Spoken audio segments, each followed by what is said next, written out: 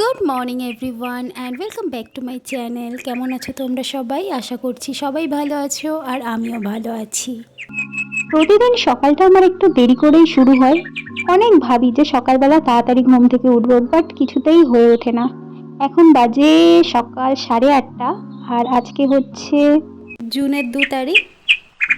ঘুম থেকে উঠে আগে ব্রেকফাস্ট রেডি করেছি, কিন্তু এখনো খাওয়া হয়নি। বিছানাটা গুছিয়ে তারপরে খেতে যাব। যেহেতু রোহিত শুয়েছিল তাই জন্য তখন বিছানাটা গোছাতে পারিনি। ঘুম থেকে উঠে ব্রেকফাস্টটা রেডি করে ও উঠলো, তারপরে আমি এলাম বিছানা গোছাতে। বিছানা গুছিয়ে তারপরে করব ব্রেকফাস্ট। অনেক দিন পর আবার আজকে ভালো রোদ উঠেছে সকালবেলা। এই জানলাটা খুলে দিলে না খুব সুন্দর রোদ আসে ঘরে। আর আমাদের এখানটা এতটাই ফাঁকা যে সকালবেলা পাখির আওয়াজটা এত ভালো লাগে। তো যাই হোক, বিছানা গোছানো আমার মোটামুটি কমপ্লিট।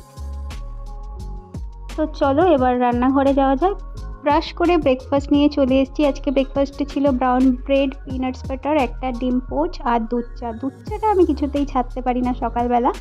আর সাথে রয়েছে এবিপি আনন্দ। খাওয়া দাওয়া করে চলে এলাম ঘরে ডাস্টিং করার জন্য। সকালবেলা আমার কাজ শুরু হয় এই ডাস্টিং দিয়েই। বিছানাটা গুছিয়ে ব্রেকফাস্ট করে চলে আসি ডাস্টিং করার জন্য।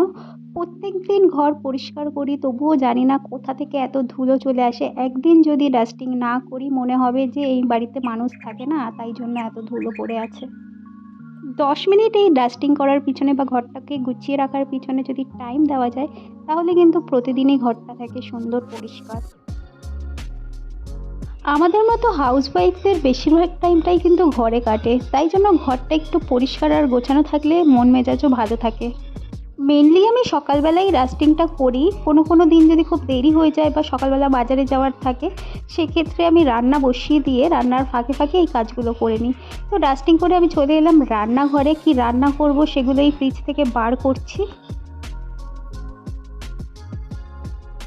অল্প একটু আছে লাল শাক, অল্প একটু আছে কলমি শাক। তো যে কোনো একটা রান্না করলে হবে না, তাই দুটো মিলিয়েই আজকে শাকটা ভাজা করব। এখানে দুটো শাকই ভালো করে কেটে নিলাম।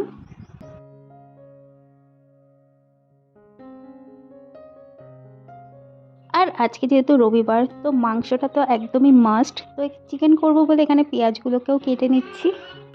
আগে কাটাকুটিগুলো করে নিচ্ছি, তারপরে একবারে দুটো কড়াইয়ে রান্না বসিয়ে দেবো, তাড়াতাড়ি হয়ে যাবে।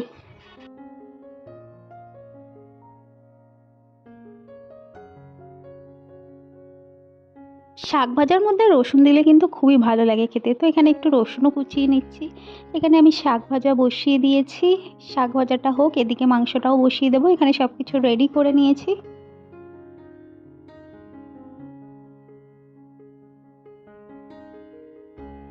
তেলের মধ্যে সবজি ছাড়ার সময় যদি একটা লিড দিয়ে এইভাবে ঢাকা দিয়ে রাখা যায়, তাহলে কিন্তু তেলগুলো ছিটে চারিদিকে ছড়ায় না।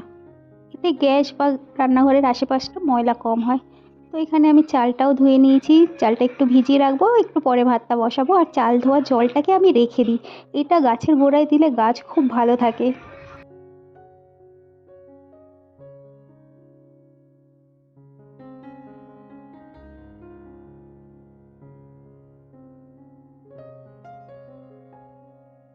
রান্না বসিয়ে দিয়ে আমি চলে এলাম ঘরে। এই ওয়ার্ড্রপের একটা তাক থেকে এতগুলো জামা কাপড় বেরিয়েছে, দেখো ওগুলোকে গোছালাম। ওটা আমাদের রেগুলার ইউজের ওয়ার্ড্রপ, তাই সবসময় ওটা অগোছালো হয়ে থাকে। তারপর ঘরটা ঝাড় দিয়ে নিলাম। রান্না এদিকে হয়ে গেছে, গ্যাসটা মুছে রান্নাঘরটা পরিষ্কার করে ঘরটা মুছে নেবো একেবারে।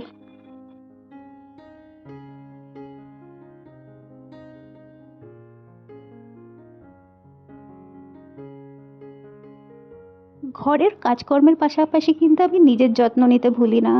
সব কাজকর্মের মতো নিজের জন্যও কিন্তু কিছুটা টাইম রাখা উচিত। নিজে যদি আমি নিজেকে প্যাম্পার করি, তাহলে কিন্তু আমি মন থেকে খুব ভালো থাকি, মানে খুব খুশি হই। তারপর আমি চলে গেলাম স্নান করতে। একবারে স্নান করে কিছু জামা কাপড় কেচে বেরিয়ে এলাম। তারপর এগুলোকে নিয়ে যাব ছাদে মেলতে।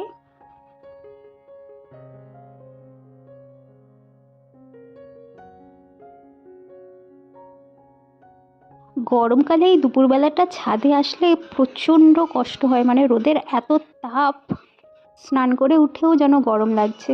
তো এখানে আমি কাপড়গুলো সব মেলে দিলাম।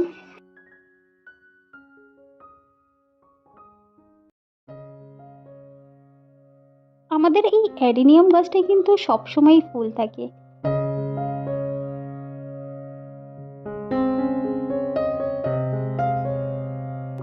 নিচে চলে এসেছি আমি, এবার ভাত বেড়ে নেব। আর আজকে দুপুরের মেনুতে আছে উচ্ছে আলু সেদ্ধ, এটাকে মাখতে হবে শুকনো লঙ্কা পুড়িয়ে। আর এখানে ওই কলমি শাক আর লাল শাক একসাথে ভাজা চিংড়ি মাছ দিয়ে। এখানে আছে একটু ডাল, এখানে শসা কেটে নিয়েছি। আর আজকে রবিবারের মাংস একদম হালকা পাতলা করে করেছি পেঁপে আলু দিয়ে। তো খাওয়া দাওয়া করে একটু কুলের আচার নিয়ে ব্লগটা আজকে এখানেই শেষ করছি। এখন ঘুমিয়ে পড়বো, তারপর সন্ধ্যাবেলা আর কোনো কাজ নেই। ভালো লাগলে প্লিজ সাবস্ক্রাইব।